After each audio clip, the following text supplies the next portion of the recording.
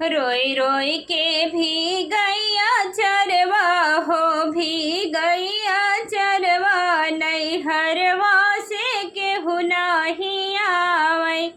रोई रोई के भी गैया चरवा हो, भी गैया चरवा नैहरवा से केहू नाही आवे। माई मोरी होतिन ते खोज खबर लेतिनी, माई मोरी होतिन ते खोज खबर लेतिनी। बाबूजी के आपन बिचरवा हो, आपन बिचरवा नैहरवा से केहू नाही आवे।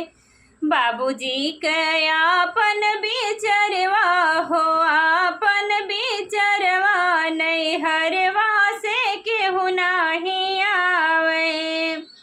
रोई रोई के भी गैया चरवा हो, भी गैया चरवा नैहरवा से केहू नाही आवे। रोई रोई के भी गैया चरवा हो, भी गैया चरवा नैहरवा से केहू नाही आवे।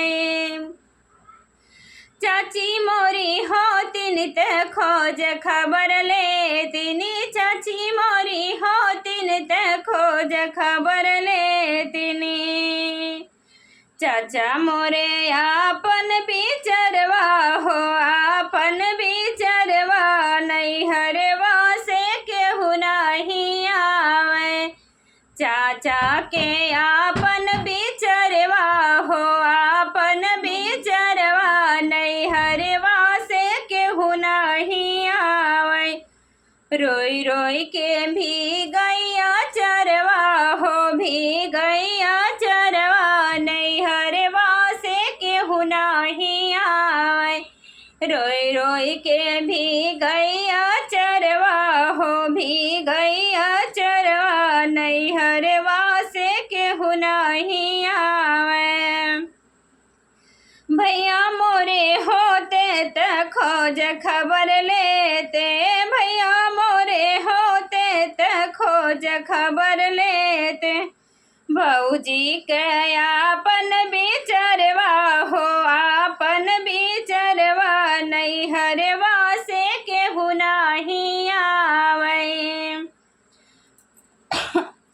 रोई रोई के भी गैया चरवा हो, भी गैया चरवा नैहरवा से केहू नाही आवे।